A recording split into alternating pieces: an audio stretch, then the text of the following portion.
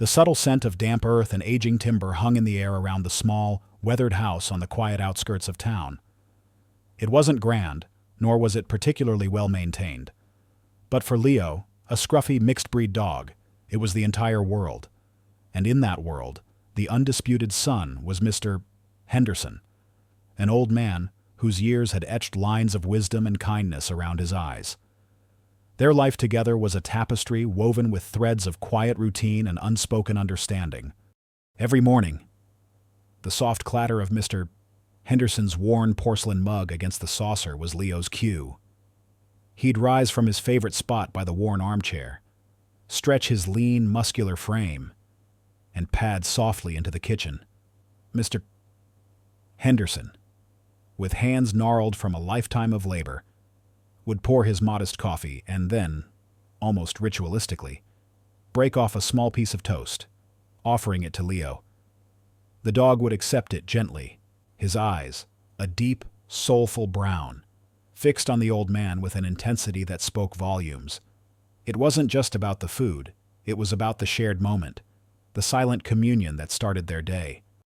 Their walks were unhurried affairs, dictated by the slow, shuffling pace of Mr. Henderson and the curious meanderings of Leo. Along the dusty country lanes, past overgrown fields and whispering willow trees, Leo was always a step or two ahead, occasionally glancing back to ensure his human was still there. He didn't pull on the leash, didn't chase squirrels with frantic abandon like younger dogs. Instead, his attention was keenly tuned to Mr. Rhythm, a silent guardian in his solitary journeys. In the evenings, as twilight painted the sky with hues of lavender and gray, they would settle by the crackling fireplace. The only sounds were the soft hiss of burning logs, the occasional contented sigh from Leo as Mr. Henderson's gentle, weathered hands found that perfect spot behind his ears, and the steady, comforting beat of two hearts living in harmonious companionship. The house might have been small, its paint peeling in places, but it hummed with the silent warmth of their deep bond. One crisp autumn morning, a sharp, frantic wail tore through the peaceful quiet of the neighborhood. It was Mittens, the neighborhood cat, a notoriously haughty feline with a disdain for all canines, Leo included. Mittens, in a rare moment of feline misadventure, had gotten herself stuck high in the old oak tree that towered over Mrs. Gable's manicured lawn. Her cries were a desperate plea, echoing through the crisp morning air. Most dogs in the vicinity began to bark in a frenzy of agitation, some with genuine concern, others with pure territorial glee. Leo, surprisingly, remained silent. He stood below the tree, his gaze fixed on the trembling ball of fur clinging precariously to a high branch. His tail, usually a steady pendulum of contentment, was still. He didn't bark, didn't growl. Instead, he turned his head and nudged Mr. Henderson's leg, then whined softly, a sound filled with a peculiar concern. Mr. Henderson, whose eyesight wasn't what it used to be, initially squinted, trying to discern the source of the commotion. Leo nudged him again, this time more insistently, looking from Mittens to the old man, his concern palpable. Finally, Mr. Henderson understood.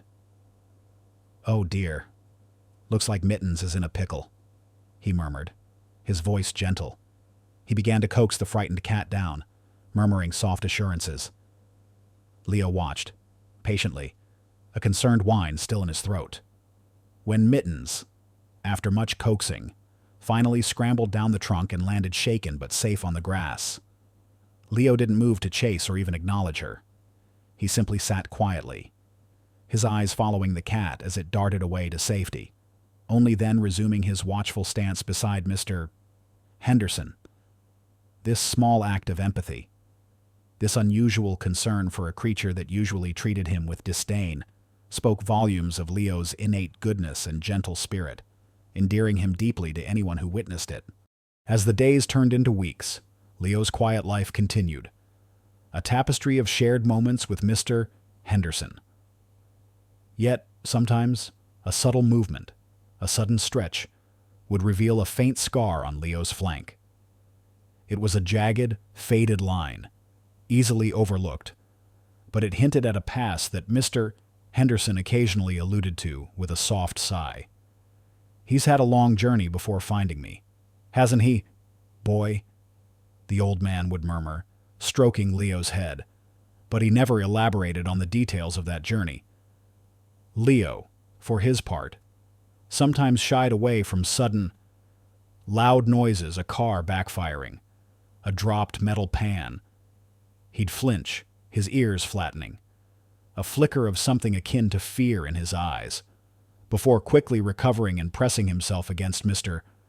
Henderson's leg. These were fleeting moments, barely perceptible to a casual observer, subtle whispers of a traumatic past, of days lived before the quiet sanctuary he found with the old man. They were small threads of mystery woven into the fabric of his otherwise peaceful existence, hints of a resilience and a depth of spirit that were yet to be fully revealed. The simple, comforting rhythm of Leo's life, a carefully choreographed dance with Mr. Henderson, was about to be abruptly shattered. One ordinary Tuesday, as the morning sun dappled through the kitchen window, casting warm, dusty motes into the air, a thick envelope arrived in the mail. Mr. Henderson, with his slow, deliberate movements, slid it open.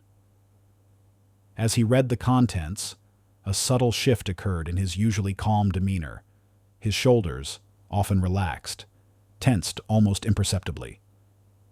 A faint tremor ran through his hand as he folded the document, and a shadow, an unspoken fear, flickered in his eyes. Leo, ever attuned to his human's subtle cues, sensed it immediately. His ears twitched, his head tilted, his soulful gaze fixed on the old man, picking up on the minute changes in his scent, a faint trace of apprehension, a hint of something unsettling. The summons was for a critical, long-postponed medical procedure, a major surgery, far away in a specialized city hospital, scheduled for the following week. It was necessary, a crucial step for Mr. Henderson's fading health, but inherently risky for a man of his advanced years. The doctors had stressed its importance, but had also warned of the potential complications. He had procrastinated, fearful of the unknown. But now, the date was set, unyielding and unavoidable. Over the next few days, the subtle tension in Mr.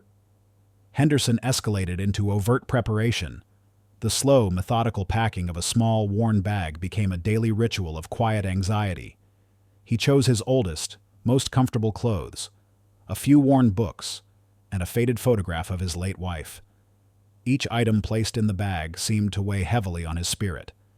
Leo watched every movement, his usual contentment replaced by a growing unease. He followed Mr. Henderson from room to room, a silent, furry shadow, his tail drooping slightly, his soft whines becoming more frequent. He would nudge the old man's hand repeatedly, his nose brushing against the worn fabric of his trousers, trying to communicate his burgeoning distress. "It's just for a little while, boy," Mr. Henderson would murmur, his voice gentler than usual, but carrying an underlying tremor that Leo, with his acute senses, registered as fear. "I'll be back soon. You'll be a good boy, won't you, Mrs. Gable will check on you." The words were meant to reassure, but Leo could hear the unspoken doubts, the fragile hope woven into the promise of return. He could smell the lingering scent of sadness, a faint musk of worry that clung to Mr. Henderson. The morning of departure arrived, shrouded in a thin, chilling fog. The house felt colder, emptier, even with them both inside. Mr. Henderson dressed slowly, his movements heavier than usual. Leo, usually so steadfast and calm, was now a whirlwind of raw emotion. He nudged Mr. Henderson's hand repeatedly, trying to block the path to the front door, his body a trembling barrier. He whined softly, a desperate plea rising from deep within his chest, a sound of ancient, primal fear. His soulful eyes, usually filled with placid devotion, now swam with a desperate, almost human plea. He paced anxiously from the door to Mr. Henderson, then back again, his mind a maelstrom of confusion and terror. This wasn't just a temporary absence. Leo's canine instinct screamed abandonment. It was a struggle between his ingrained training to remain calm, to obey, and his overwhelming, primal instinct to stay by his human side, to prevent this separation. This event, this impending departure, had awakened his deepest, most buried fear, the terror of being alone again, lost, just as he had been so many years ago before Mr. Henderson found him. The faint scar on his flank seemed to throb, a phantom ache of past traumas resurfacing. He remembered the cold, the hunger, the bewildering vastness of being utterly alone. This feeling, this raw, unadulterated terror of abandonment, was precisely what Mr. Henderson had healed with his gentle presence and unwavering love, and now it was threatening to consume Leo once more. With a heavy heart, Mr. Henderson finally managed to gather his resolve. He knelt, his old bones creaking, and wrapped his arms around Leo, burying his face in the dog's warm fur. "Be a good boy. Leo, be strong. I promise I'll be back." His voice was choked with emotion, gently, with a strength he didn't know he possessed. He coaxed Leo back inside the small, familiar house. Leo resisted, digging his paws into the worn rug, but Mr.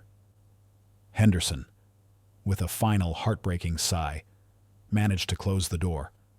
The latch clicked with a sound that reverberated through Leo's entire being, a final, chilling punctuation mark to the end of their familiar world. Left alone. Leo immediately pressed himself against the solid wood of the door, his heart aching with a profound, desolate pain. He whimpered, a soft, mournful sound, then began to scratch at the wood, a futile attempt to breach the barrier that now separated him from his entire existence. The promise of soon echoed in the silence, a hollow mockery of his deepest fears. He knew, deep in his canine heart, with an instinct far more profound than human logic, that this separation was more than just a temporary absence. His simple, predictable life had vanished in that click of the latch. He could not, would not, go back to the quiet contentment he had known just moments before. His sole purpose now, his entire existence, had been irrevocably altered. It was to wait, an unwavering vigil, a long and arduous journey of profound loyalty, had just begun. This moment marked the irrevocable change in Leo's world. There was no going back to the way things were.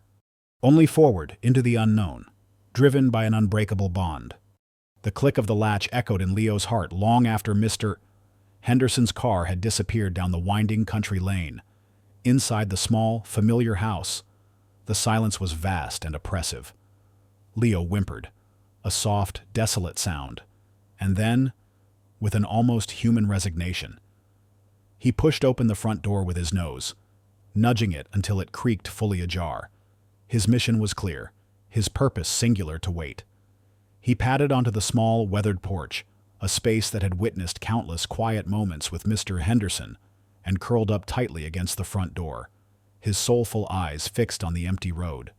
The wood beneath him was hard, the air still damp from the morning fog, but he felt no discomfort, only the profound ache of absence. The first few hours passed in a blur of unwavering stillness. The morning mist burned off, replaced by a pale, indifferent sun. Leo remained motionless, a statue of pure devotion, his gaze never wavering from the direction Mr. Henderson had taken. Birds chirped in the oak tree, a squirrel chattered from the fence. But Leo remained oblivious, his world reduced to the single point on the horizon where his human would reappear. He occasionally whined, a soft, mournful sound that was barely audible, a deep lament that spoke of his internal conflict, the primal discomfort of his past trauma battling the overwhelming force of his loyalty. This unwavering stance, his steadfast commitment to his vigil, was his profound talent for loyalty, revealed not through a grand act, but through his quiet suffering. As the afternoon wore on, the sky, which had been a clear, unsuspecting blue, began to darken. Heavy, bruised clouds rolled in from the west, swallowing the pale sunlight. A chill wind picked up, rustling the dry leaves in the yard. Leo's fur ruffled, and he shivered slightly, a subtle tremor that indicated his growing discomfort. He detested the rain. It brought back fragmented, unwelcome memories of cold, wet nights spent alone, before Mr. Henderson had found him.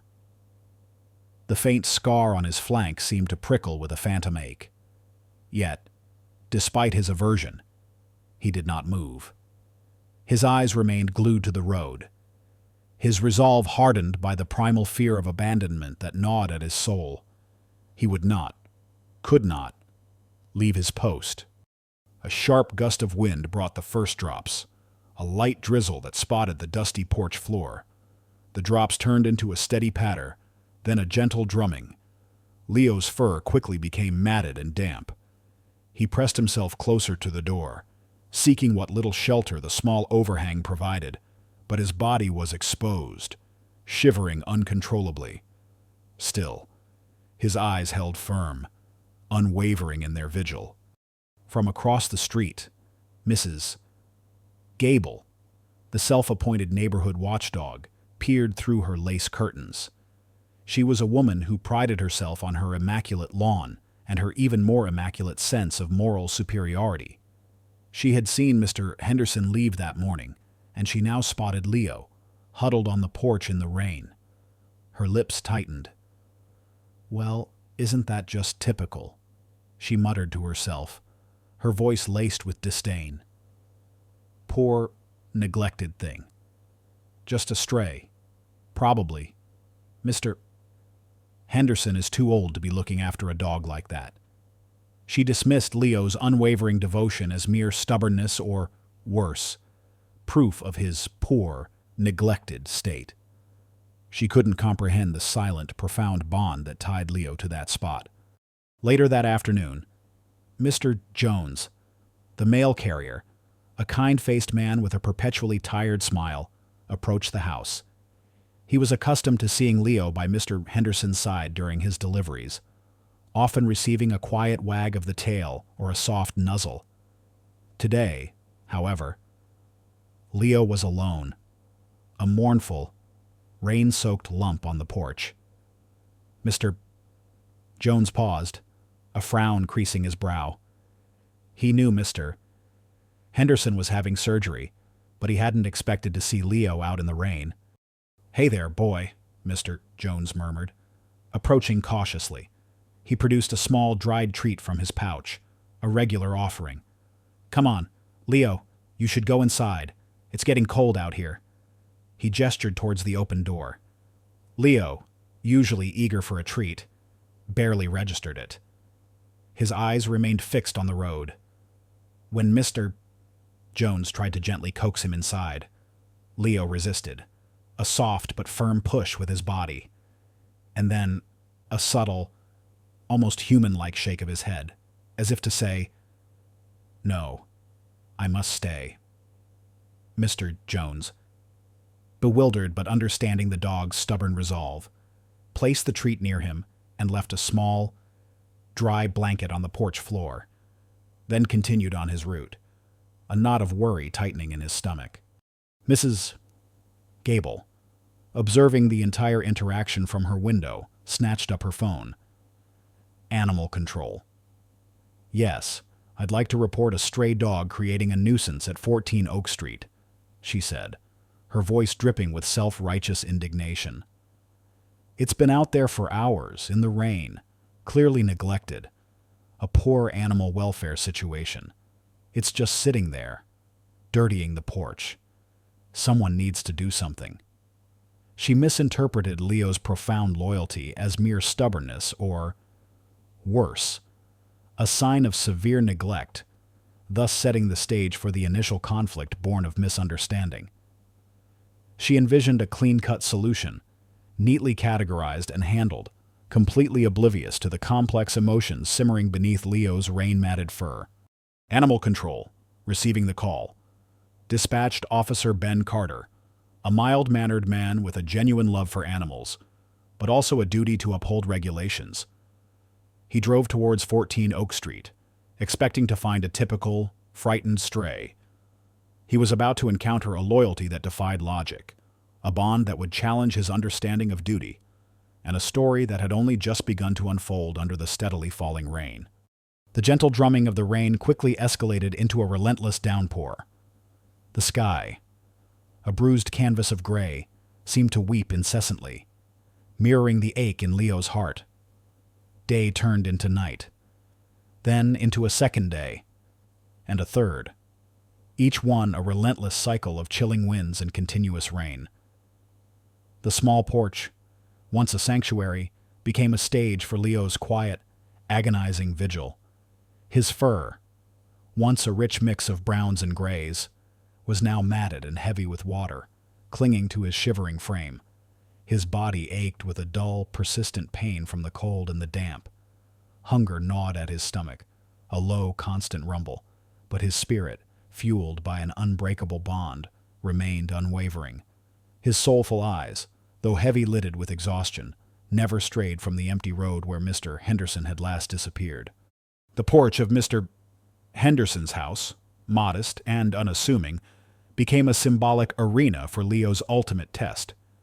It wasn't a grand stage, no marble columns or roaring crowds, but a humble, intimate space where the raw, unyielding force of Leo's loyalty was pitted against the brutal elements of nature and the creeping chill of human misunderstanding. It was a place of quiet suffering, a testament to a bond that defied logic and defied time. Every drop of rain that fell, every gust of wind that whipped around his soaked body, was a challenge, a whisper of temptation to abandon his post.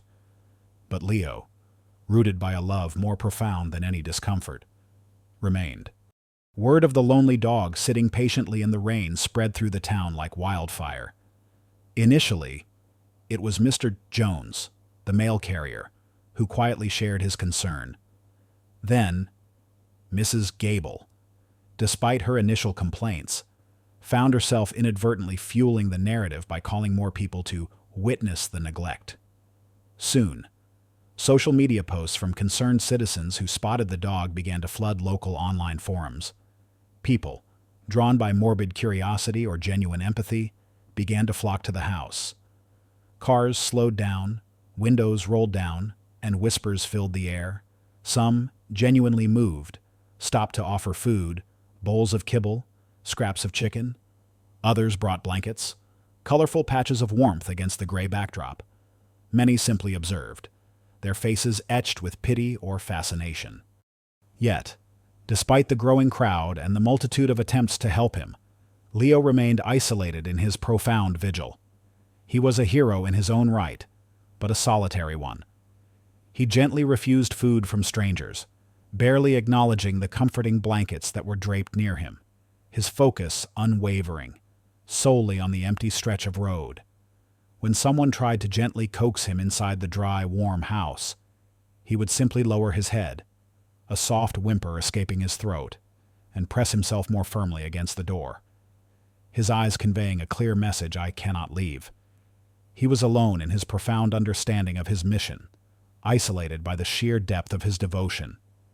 His closest human connection, Mr. Henderson, was not there to interpret his silent agony, to offer comfort, or to validate his unwavering commitment. He was utterly alone in his purpose. As the second day bled into the third, the weather worsened dramatically.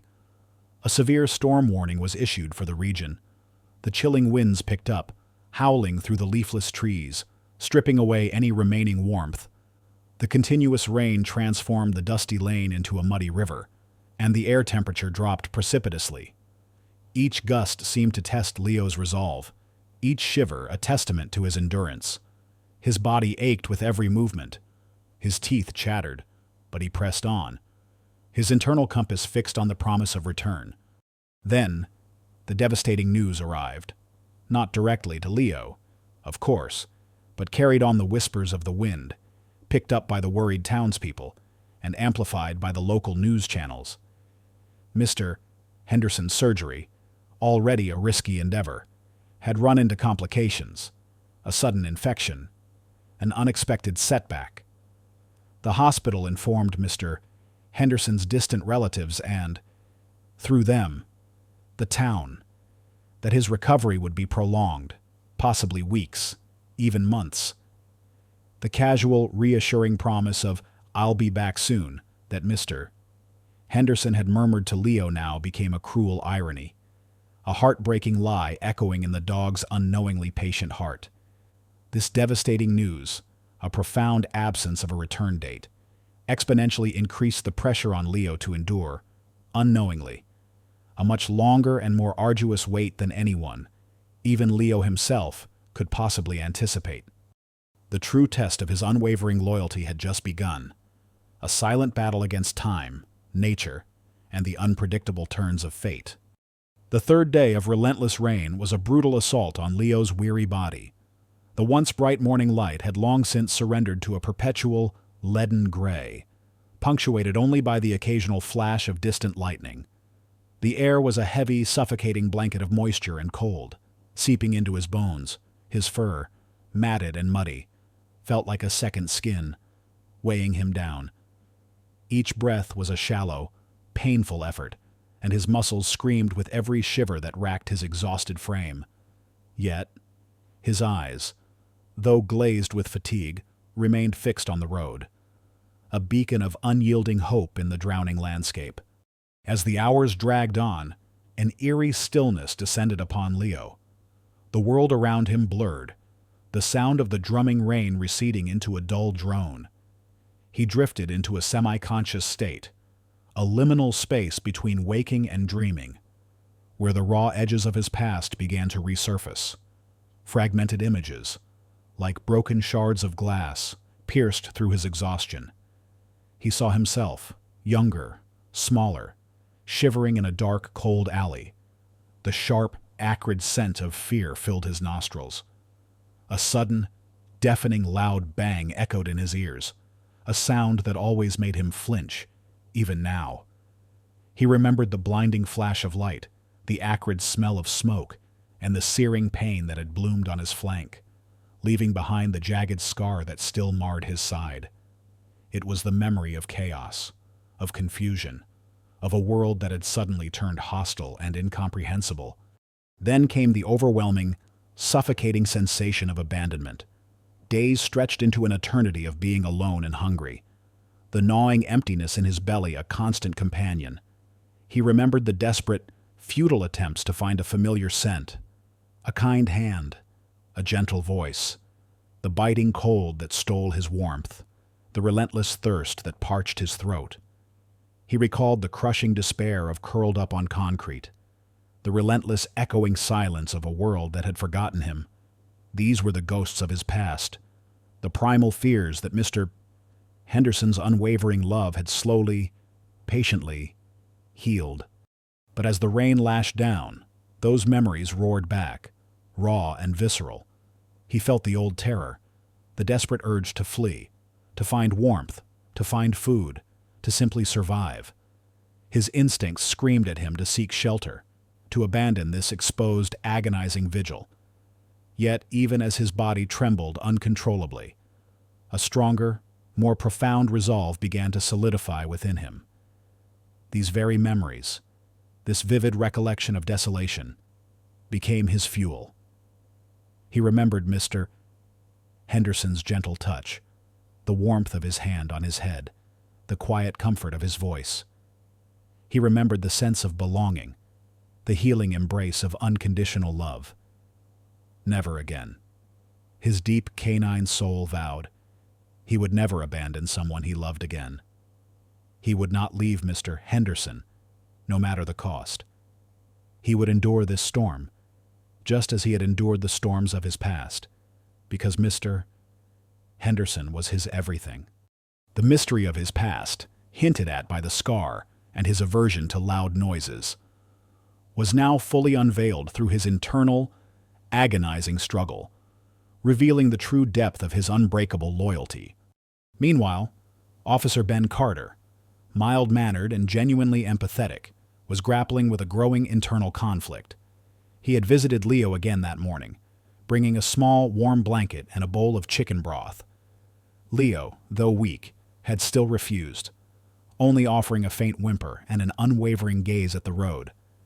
Officer Carter had seen the dog's suffering, and his heart ached for the creature. He understood, on a visceral level, that this was no ordinary stray. This was a dog driven by a powerful, almost spiritual purpose. However, the pressure was mounting. Mrs. Gable, the self-appointed neighborhood matriarch, had been relentlessly calling animal control, her voice shrill with concern about the poor, neglected animal and the terrible public image it was creating. She had even rallied other well-meaning but misguided citizens, leading to a cascade of complaints to the mayor's office. The local news had picked up the story, showing live feeds of Leo, huddled and shivering, casting a shadow of perceived negligence over the town's animal welfare services.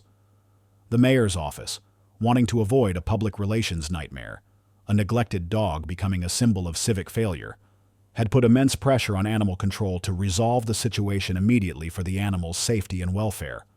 Officer Carter found himself caught between his empathetic understanding of Leo's vigil and his sworn duty. His superior had given him a direct order. "Carter, get that dog. We can't have this turning into a circus. It's for its own good." This directive solidified Officer Carter's role as the primary antagonist Leo faces, not out of malice, but from a rigid adherence to a system that, for all its good intentions, fundamentally failed to understand the profound, almost human depth of Leo's love and loyalty. He knew, deep down, that removing Leo would be a betrayal of the dog's sacred trust. Yet his job, his career, depended on it. He drove back to the house. The animal control van, a silent, ominous presence on the quiet street. He had a net, a leash, and a heavy heart. He saw the crowd gathered, larger than ever, huddled under umbrellas, watching Leo with a mixture of pity and morbid fascination. Mrs. Gable was at the forefront, arms crossed, nodding decisively. Leo sensed their intent.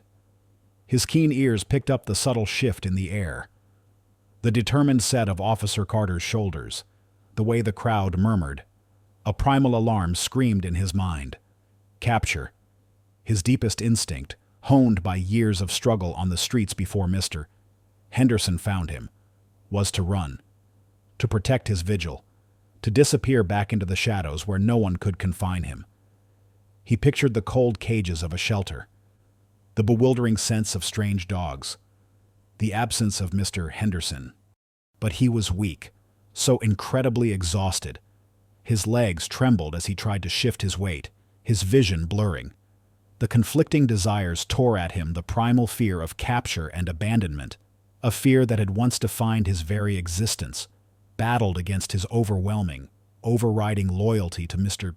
Henderson. He knew, instinctively, with a certainty that transcended his physical suffering, that if he left this spot, if he allowed himself to be taken away, Mr. Henderson would truly be alone when he returned. His master would come home to an empty porch, an empty house, a silent world. Leo couldn't bear the thought. He could not, would not, allow that loneliness to befall the man who had saved him. This was the ultimate test of his resolve, a silent internal war waged in the rain-soaked heart of a loyal dog. Officer Carter approached, net in hand, his face a mask of regret. The crowd held its breath. Leo braced himself, a low guttural growl rumbling in his chest, his eyes, though heavy, burning with a defiant fire. He might be weak, but his spirit was unbroken. He would stand his ground, a silent sentinel, until his last breath, for the man who was his entire world. The unspoken battle lines were drawn. The raw, biting wind whipped through the small town, carrying with it the relentless drumming of the third day of rain. On the porch of Mr. Henderson's weathered house, Leo, a rain-soaked monument to loyalty, shivered violently, his body a symphony of aches and tremors, His eyes, though heavy-lidded with exhaustion, still burned with a defiant fire, fixed on the road, on the phantom image of his returning human. He had endured hunger, cold, and the ghosts of his past, all for this vigil. A hush fell over the growing crowd that huddled under umbrellas, their faces etched with pity, curiosity, and a sense of growing unease. Officer Ben Carter emerged from the animal control van, his silhouette stark against the gray sky. In one hand, he held a long net, in the other, a sturdy leash. His face was a mask of regret, but his movements were resolute. He had his orders. "We need to get the dog to a shelter, folks," Officer Carter announced, his voice strained but firm. "For its own safety and welfare." A murmur rippled through the crowd. Some nodded, convinced it was the right, humane thing to do. Others, a smaller but vocal contingent, protested. "Leave him be. Can't you see he's waiting for someone?" cried a woman, clutching her umbrella tightly. "He's loyal," shouted a young man. But the officer, caught between duty and a nascent empathy, knew he had to proceed. Officer Carter took a slow, deliberate step towards the porch. Leo, despite his profound weakness, sensed the imminent threat. A low, guttural growl rumbled deep in his chest, a sound that spoke not of aggression, but of desperate defiance. His legs, trembling under the strain, managed to push him into a shaky stand. His body angled defensively, his eyes, burning with an almost feral intensity, remained locked on the approaching officer, a silent primal scream of "no." The air thickened with tension. The crowd held its collective breath, a bated breath moment stretching into an eternity. Officer Carter raised the net, its mesh a dark shadow against the dog's matted fur. Leo flinched, the primal fear of capture, of being confined, roaring to life within him. His heart pounded against his ribs, a frantic drumbeat of terror. This was it, the culmination of 3 days of agony, all to be undone by a compassionate but misguided hand. He looked past Officer Carter, past the murmuring crowd, to the empty road, a last, desperate plea for his human to appear.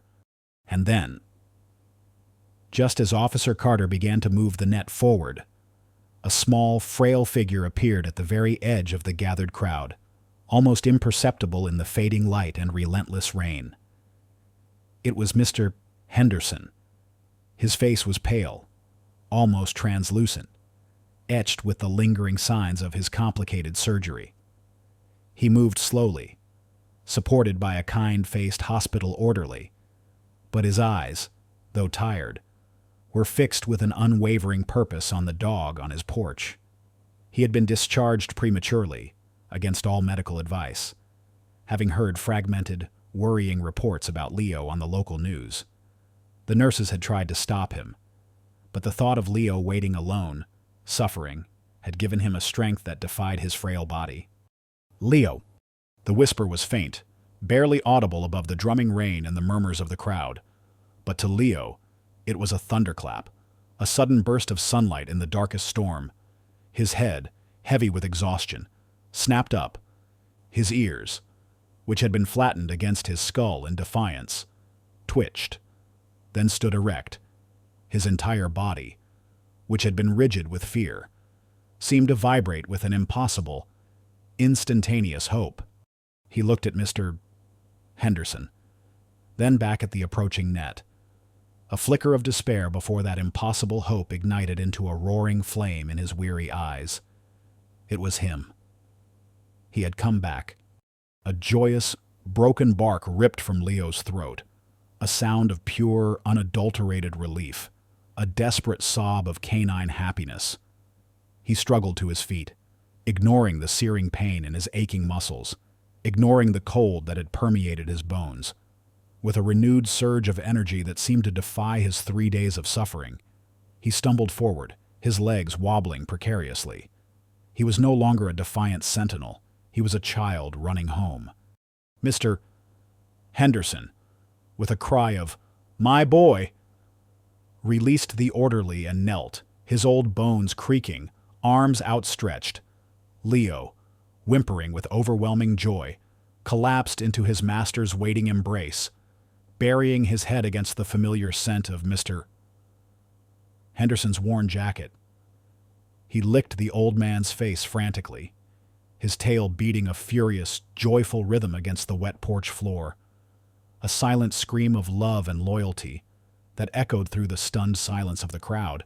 He was home. He was safe. His vigil was over. The crowd erupted. Gasps of shock turned into cries of amazement, then swelled into a thunderous wave of cheers and applause that momentarily drowned out the relentless rain. Mrs. Gable, who had initiated the call to animal control, stood motionless, her hand flying to her mouth, tears streaming down her face as the full depth of her misunderstanding crashed over her. She saw not a neglected stray, but a loyal companion, a hero. Officer Carter, net forgotten, dropped it to the ground, his eyes wide with awe, respect, and a profound understanding of the unbreakable bond he had almost severed. The scene, raw and deeply emotional, was captured by every news camera present, broadcast live across the nation. Millions, watching from the warmth of their homes, felt a collective gasp, then a wave of emotion that brought tears to their eyes, solidifying Leo's status not just as a local hero, but as a universal symbol of unwavering, unconditional loyalty. The rain, as if acknowledging the profound moment, began to soften, eventually fading to a gentle drizzle. The world, which had been cold and unforgiving, suddenly seemed a little warmer, a little brighter, illuminated by the pure, undying flame of a dog's heart. The raw, emotional crescendo of Mr. Henderson's return, the triumphant reunion between man and dog, echoed far beyond the quiet street of their small town. The video, captured by local news and quickly disseminated across national networks and social media, became a phenomenon, a poignant testament to the unbreakable bond between humans and animals. It stirred hearts, provoked discussions, and sparked a profound shift in perspective for many. Mrs.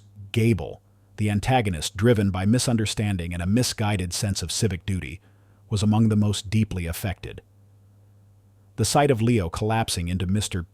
Henderson's arms, the raw, unadulterated joy on both their faces, had shattered her rigid worldview. She had seen neglect. She had found unwavering devotion. The tears that streamed down her face on that rainy day were not just for the touching scene, but for her own misjudgment. The very next morning, before the rain had even fully subsided, she appeared at Mr. Henderson's door, not with a complaint, but with a large bouquet of freshly cut flowers from her immaculate garden and a basket laden with home-cooked meals. Her apology was heartfelt, her voice trembling with genuine remorse. "Mr. Henderson, Leo," she began, her eyes red-rimmed. "I was so wrong. I didn't understand. Please, forgive me." From that day forward, Mrs. Gable became a staunch supporter of Leo and Mr. Henderson, often stopping by with treats for Leo and small gifts for the old man. Her once gossipy nature replaced by a newfound humility and genuine care for her neighbors. Officer Ben Carter, the unwitting antagonist of circumstance, was similarly transformed.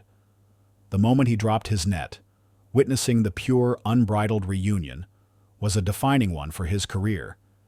He had seen countless cases of animal neglect and abandonment, but never before had he encountered such profound loyalty.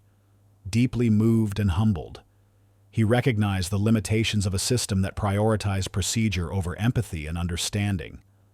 In the weeks that followed, he became a staunch advocate for more nuanced animal welfare policies within the Animal Control Department.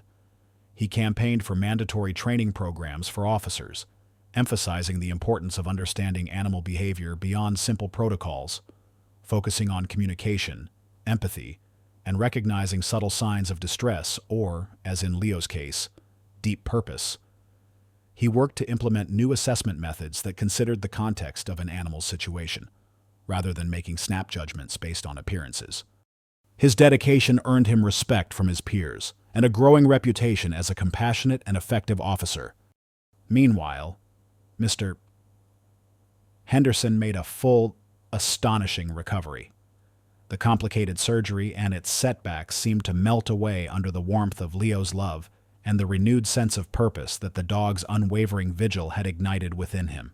His health, which had been slowly fading, seemed to undergo a miraculous renewal, fueled not by medicine alone, but by the profound emotional uplift. He walked with a stronger stride, his eyes regained a youthful sparkle, and his voice, once soft and frail, carried a newfound strength. He attributed his recovery entirely to Leo.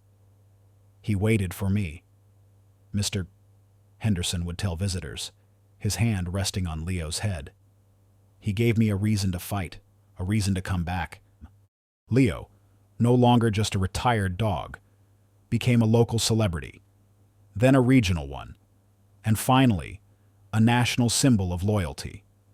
He received endless treats from admirers, comfortable new beds from well-wishers, and media attention that spanned from local newspapers to national television talk shows. People sent him handmade collars, special dog foods, and countless letters expressing their admiration. But his greatest reward, the only one that truly mattered, was simply being by Mr. Henderson's side. He loved the attention, the pats on the head, but his calmest moments were still curled at Mr. Henderson's feet, listening to the old man's gentle breathing. One quiet evening, as the last rays of sunlight filtered through the window, painting the living room in hues of orange and gold, Mr. Henderson sat on the now famous porch. Leo curled at his feet, his soft snores a comforting rhythm. The porch, once a stage for suffering, was now a sanctuary of peace. "You never gave up, did you, boy?" Mr. Henderson murmured, stroking Leo's head, his voice filled with a profound tenderness. "Through all that rain, all those cold nights, you just waited. You never doubted, did you?" Leo stirred, letting out a soft sigh of contentment, and pressed his head closer against Mr. Henderson's leg. A silent affirmation. "You taught us all a lesson, didn't you, boy?" Mr. Henderson continued, his gaze drifting towards the road that was now dry and peaceful. "A lesson about what truly matters, about loyalty, about hope, about never giving up on the ones you love. You showed us that love isn't just a feeling, it's an action. It's waiting, even when there's no logical reason to wait. It's believing, even when everyone else has given up." Leo, with another soft sigh, looked up at Mr.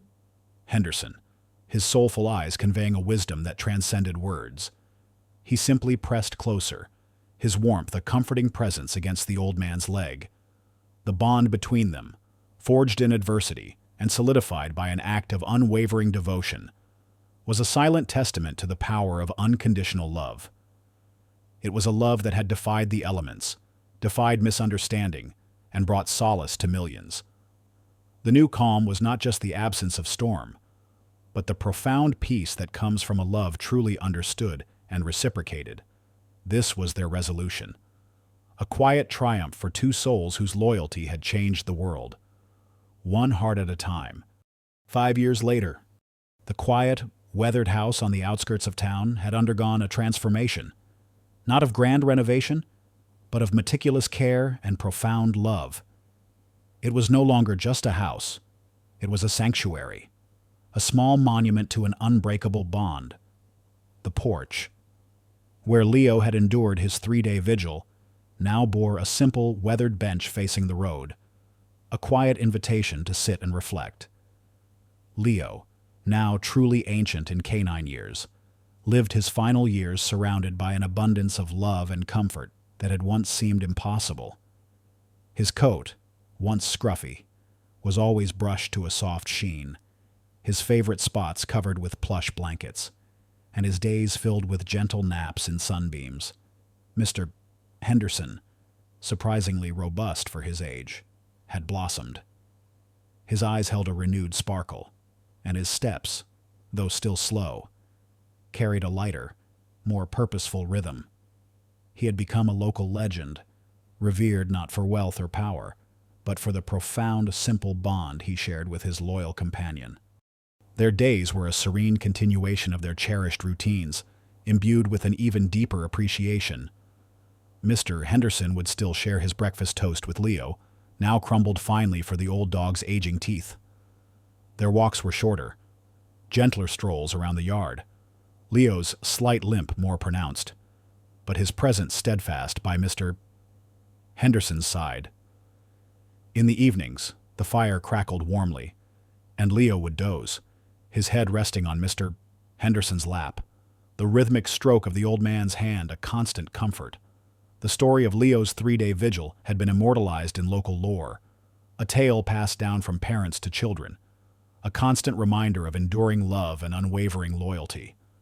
It was etched into the heart of the town, inspiring whispers and quiet moments of reflection whenever anyone passed by the now famous house. Inspired by Leo's incredible story, the town had rallied together to establish Leo's legacy, a foundation dedicated to ensuring that no animal or pet owner would ever experience the kind of separation and suffering that Leo and Mr. Henderson had endured. The foundation provided comprehensive support for elderly or disabled pet owners, offering financial assistance for veterinary care, food, and grooming, as well as volunteer services for dog walking and pet sitting. Its core mission was clear: to prevent any animal from being separated from their beloved human due to financial hardship or inability to provide full care.